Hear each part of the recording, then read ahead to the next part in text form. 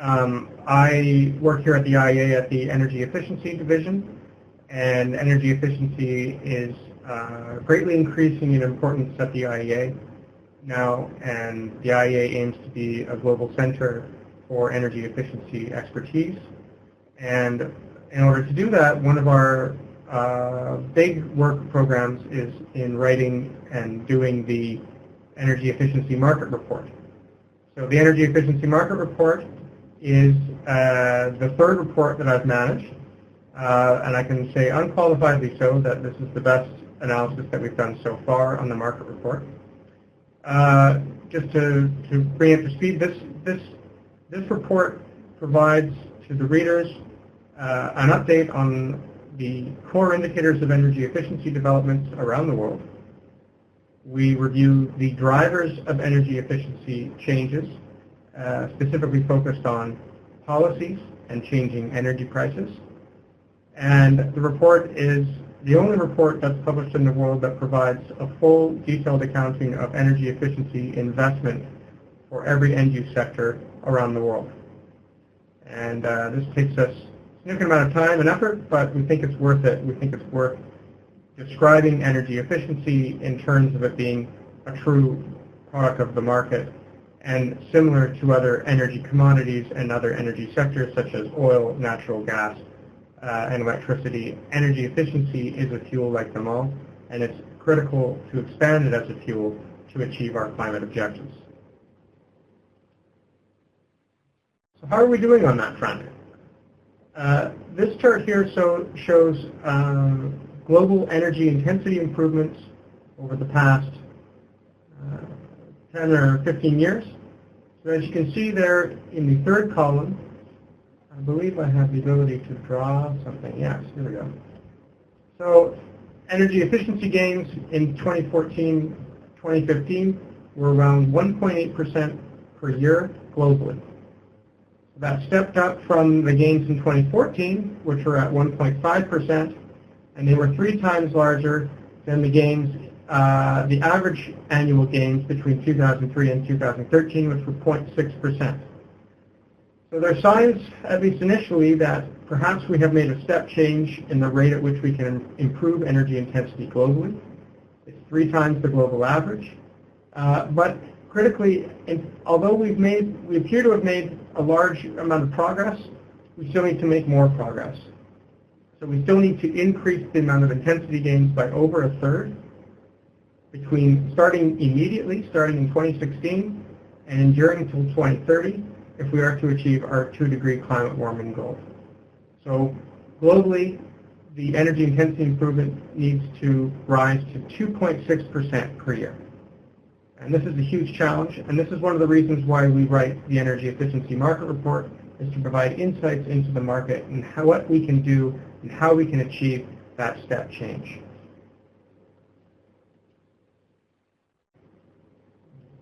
Out of the way. So the key messages of the report are as such. Like I alluded to earlier when I opened the presentation, energy efficiency should be considered as a fuel or an energy commodity like others. But unlike other energy commodities, energy efficiency is the one energy resource that all countries possess in abundance, and it will be essential to delivering our clean energy goals. Global energy efficiency gains are accelerating, even though energy prices stagnated for natural gas and electricity and dropped by almost 60% over the period between 2014 to 2015. So that leads us to believe there's something else going on that is driving these efficiency gains.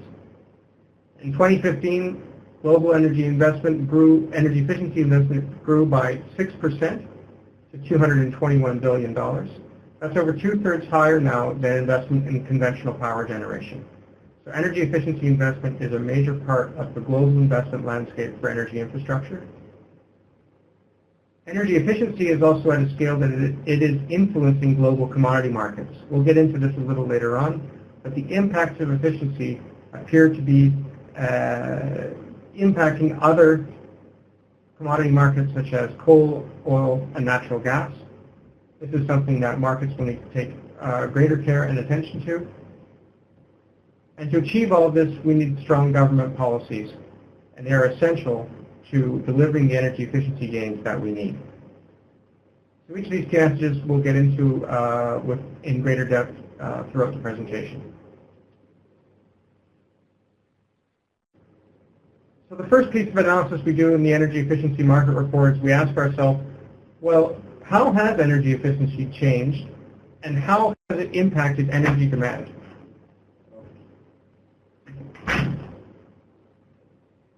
The answer is that had energy efficiency not improved, I'm just going to move the pointer here, it would have been that blue line. So from 2000 to 2015, energy demand would have grown by about 12% in IEA countries. It would have surpassed the 2007 peak in energy demand, and it would have been growing by about 1% per year between 2011 and 2015. Instead, the green line is actual energy demand. What we show there is that energy demand is in fact 1% lower than 2000 levels, and there has been no material growth in energy demand since 2011-2012. The 2007 peak looks like it will remain to be an all-time peak in energy demand for IEA countries. The difference between these two lines is about 450 million tons of oil equivalent. You're probably asking yourself, well, how much is that? That's roughly equivalent to Japan's primary energy consumption per year.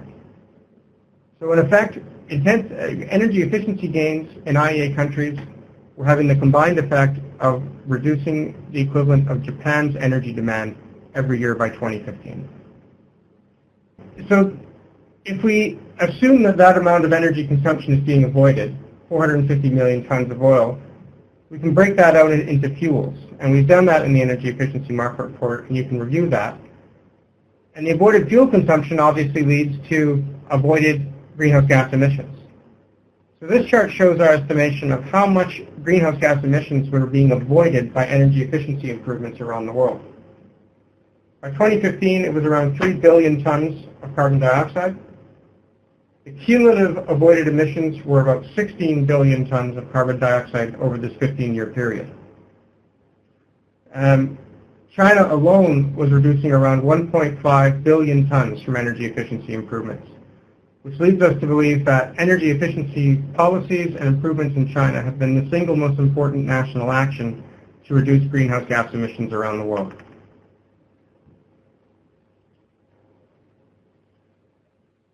Another important benefit of energy efficiency is that they are reducing consumer expenditure on energy. Energy efficiency was reducing energy bills to the point of $530 billion by 2015. The cumulative, I just mentioned Canada there just because I'm Canadian. So in Canada alone, they were around $16 billion. In the EU, for example, the avoided expenditure on energy from energy efficiency improvements was around 500 euros per capita.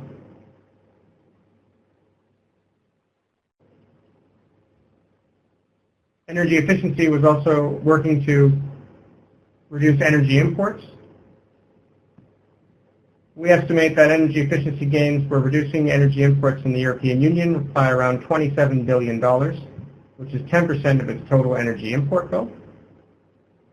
The EU made up half of all reduced energy imports. Importantly, energy as a commodity tends to be one of the largest imported goods to any country. So Japan, the EU, Korea, for each of them, energy commodity imports are the single largest imported good. If you can reduce those imports, you will drastically improve your current account status. So for example, Germany increased its current account surplus in 2015 by around 12% thanks to energy efficiency improvements and avoided energy commodity imports. Japan reduced its current account deficit in 2014 by around 10%. Looking closer at China, this year in the Energy Efficiency Market Report, in case you couldn't tell by the cover, we have a special focus on China. And the energy efficiency improvements there have been truly remarkable. So just to walk you through this chart, the bars here show what our estimation are of the saved energy from energy efficiency improvements over 2000 levels. You're probably wondering, well, what does a negative savings mean, say in 2005? That means that, in fact, between 2000 and 2005, energy efficiency levels on average in China worsened.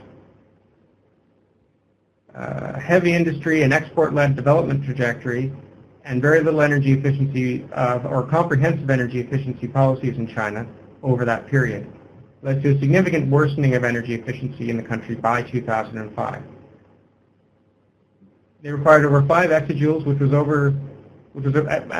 roughly equivalent to Italy's energy demand, just to compensate for the fact that the energy efficiency of their energy system, their economy, was worsening. Since 2005, they implemented the 11th and 12th five-year plans, which were comprehensive and aggressive energy efficiency policy frameworks. And you can see the results there. So by 2014, China was saving around 330 million tons of oil equivalent from energy efficiency. That's equivalent to Germany's primary energy demand. And the energy savings were roughly the same as China's renewable energy supply. And China has the world's largest renewable energy supply. So we like to think of energy efficiency and renewable energy as being the twin clean fuels for China. And the growth in energy efficiency savings were approximately 3 times greater than the growth in renewable energy over that same period. So it truly is a story of energy efficiency. What we said there at the beginning of the key messages was that energy efficiency was impacting global commodity markets. Well, our estimate of how much coal consumption had been saved by energy efficiency was around 350 million tons in 2014. To give you a sense of how much coal that is, that's about 30% of the volume of traded coal globally in 2014. So although China produces most of the coal it consumes, it doesn't import all of that 350 million tons. You can tell that at the margins, that amount of avoided consumption could have significant impacts to markets around the world. So what is leading to all this energy efficiency improvement? A new addition in the report this year is we track how much energy consumption is being impacted by mandatory efficiency policies. So what's a mandatory policy? Well, it's a mandatory minimum energy efficiency standard, or it could be a mandatory savings target, such as what's going on in industry in China. You can see there that in the year 2000, looking at the bottom 2 bars, the amount of final energy consumption impacted by mandatory efficiency policies was around 11%. By 2015, that had grown to 30% of global energy consumption being covered by energy efficiency policies.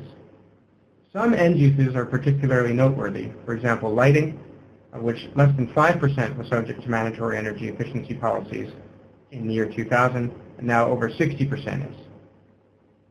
Light-duty vehicles, over 50% of the energy consumption for light-duty vehicles is now subject to mandatory energy efficiency policies, so on and so forth. I will draw your attention to heavy-duty freight and electric motors, which both are part of the industrial freight and industrial sectors. There still is not a lot of policy on heavy-duty freight, and similarly for electric motors. And these 2 end uses point to where there could be significant new potential and gains from energy efficiency policy. How does policy coverage look around the world? Well, the dark shaded part shows how much energy consumption in each sector is covered by mandatory energy efficiency policies. So you see there, one of the standouts is industry in China. So after the 2005 11th five-year plan, China implemented the top 1,000 program and then the top 10,000 program in the 12th five-year plan in 2011. That covers now about 85% of industrial energy consumption in China that requires mandatory energy savings through energy efficiency gains. Similarly, in the United States, where they've had the longest history of corporate average fuel economy standards for passenger transport, you can see there that much of the transport energy is now covered by mandatory standards in the U.S. There's one clear division here, and between countries in China and non-OECD countries. As you can see, the amount of energy efficiency, amount of energy consumption that's covered by energy efficiency policies is much lower in Mexico, Brazil, South Africa, India, Indonesia. And this is something that will need to change because non-OECD countries will need to lead global intensity improvements between now and 2030. There's significant potential around the world in countries like Brazil, Mexico, South Africa, Indonesia, so on and so forth, to implement mandatory policies, and indeed that's necessary to achieve our climate goals. It's not just about the policies, though. It's not just about the coverage of policies, excuse me. It's about improving the stringency of policies as well. So while you can improve the coverage, you also need to gradually revisit your policies and improve how strong they are and the minimum performance that they mandate. Here's our estimate of how much minimum policies have increased around the world since 2005. You're probably wondering what's the difference between the orange bar and the blue bar. The orange bar says, here's how much the stringency of policies has increased of just the policies that are existing. So for example, India has 2 energy efficiency policies on ceiling fans and refrigerators. And since 2005, they've improved the stringency of those policies by around 30%. However, if you weight it by all energy consumption, then the stringency is much lower for India because refrigerator energy use and ceiling fan energy use is only a small portion of India's total energy demand.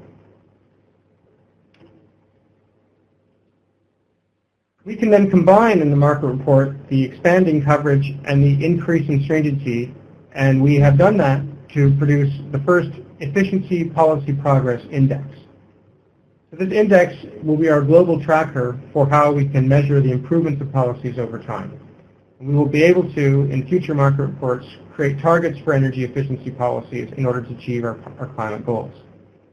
As you can see here, we've divided it up by end use, and air conditioning has had the largest increase in the Efficiency Policy Progress Index, the EPPI as we call it, improving by almost 30%. This speaks to the fact that there weren't a lot of energy efficiency policies on air conditioners prior to 2005, and of the energy efficiency policies that were in existence, they were relatively weak. Since then, both a number of countries have implemented air conditioner policies and have strengthened them. Again, I'll point you to electric motors and heavy-duty vehicles. This is an area that we think has significant potential for improving its EPPI score over the coming years. Which countries are leading in the EPPI? You can see there that France, Germany, and the United States each have the largest gain in the EPPI. For France and Germany, that was driven by improvements in residential energy efficiency policies. So building codes, codes on heating systems, codes on water heaters, all a part of the Energy Performance of Buildings Directive and the Eco Design Directive drove their EPPI score. In the U.S., the revision of their corporate average fuel economy standards in 2008 and 2012 greatly jumped their EPPI score, as well as chiller and air conditioner policies as well to improve the minimum performance standards there. In China, it was the Top 10,000 program that drove their EPPI score. And as you can see, a number of countries can still play catch-up in the coming years to match those gains that happened in France, Germany, and the U.S.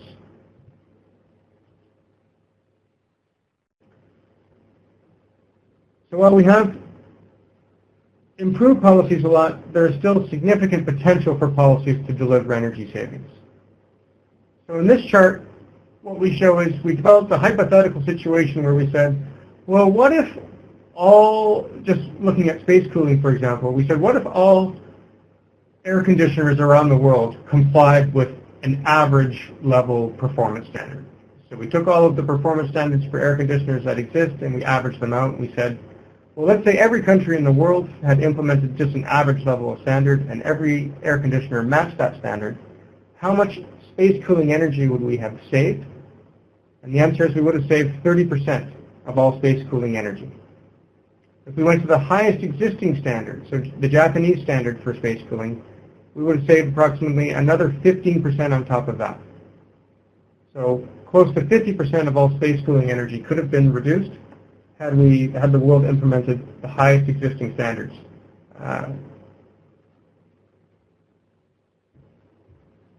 If you take all of these together, and the world had implemented the highest existing standards for all of these end uses, we could have reduced the residential energy consumption by 14% globally. How much is 14% of residential energy consumption? That's approximately Norway's oil production every year. So energy efficiency standards are, in effect, another energy resource that are at the fingertips of policymakers.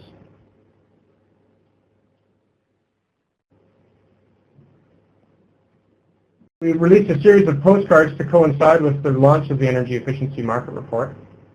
And we asked the same question for transport. What if every country in the world had implemented standards that were equivalent to the best in class? And we found that 4.3 million barrels per day of oil consumption would have been reduced if all vehicles had followed a similar trajectory to the Japanese energy efficiency standards for vehicles. That's approximately equivalent to Canada's oil production, and Canada is the world's 4th or 5th largest oil producer. So again, standards are considered to be a reserve of energy to match a major oil producer. It's not just about policies, though. We need to drive down the cost of energy efficiency as well. This year we looked at LED lighting as one particular noteworthy example of what can happen when you drive down the cost of LED lighting. So in 2010, LED lights were considered to be not even very commercialized. And as you can see in the United States, the price of LED lighting has declined by approximately 90%. And even more so, and the price in India is, extremely low. The commensurate savings, energy savings, electricity savings from LED lights over that time has grown in an equal and opposite measure. So in 2015, LED lights were saving approximately 110 terawatt hours of electricity consumption globally. How much is 110 terawatt hours? Well, it's approximately half of the global growth in electricity generation in 2015. So without LED bulbs, the global growth in electricity generation would have been 50% higher.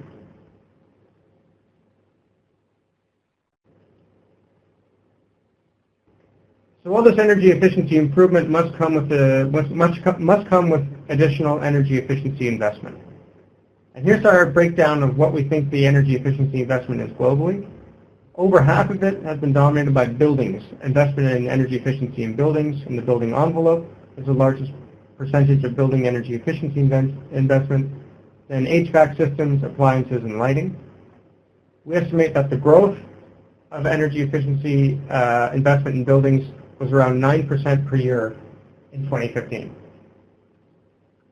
Industry and transport make up the bulk of investment after that. Notably, we found that investment in transport was particularly difficult to identify with the data sources that we were using. It wasn't clear that more efficient vehicles, for example, were actually that much more materially expensive in many different countries and in many different vehicle classes. So while we need more investment in energy efficiency, we also need to ask whether we just need smarter investment, shift investment to low-cost or no-cost energy efficiency alternatives. Finally, the report takes a deep dive on what we consider to be the pure market for energy efficiency. This is looking at energy service companies, energy service firms, and what's been going on in that marketplace. You see on the right-hand side, this is our estimate of the total market size measured by revenues for energy service companies around the world.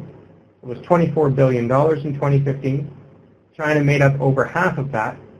And the growth of China's ESCO market has been particularly noteworthy, growing at around 7% per year over the past decade since the implementation of the 11th five-year plan.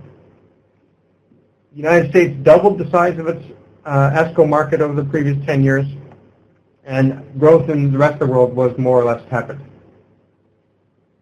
On the left-hand side, we show what mergers and acquisitions were for energy services firms over the previous 15 years, showing that there has been a significant uptake in mergers and acquisitions for ESCO companies and other energy services firms.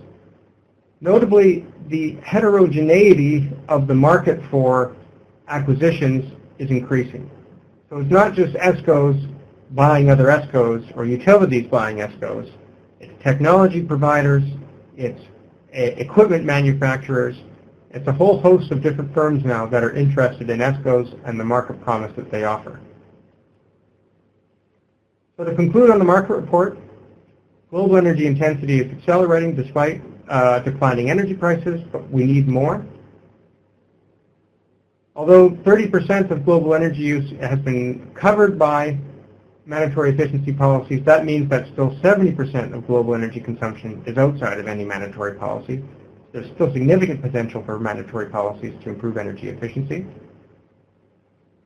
Energy efficiency is a central component of any suite of actions to meet our greenhouse gas emissions targets.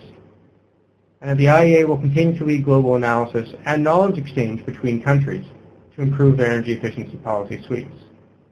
If you would just entertain me for another couple of minutes, I just wanted to talk very briefly about the World Energy Outlook that came out last month. So this is analysis not from the market report. This is from a separate team at the IEA. But I think it's just important to contextualize the role of energy efficiency moving forward. So here we see the difference in emissions between the current policy scenario, our new policy scenario, and our 450 scenario.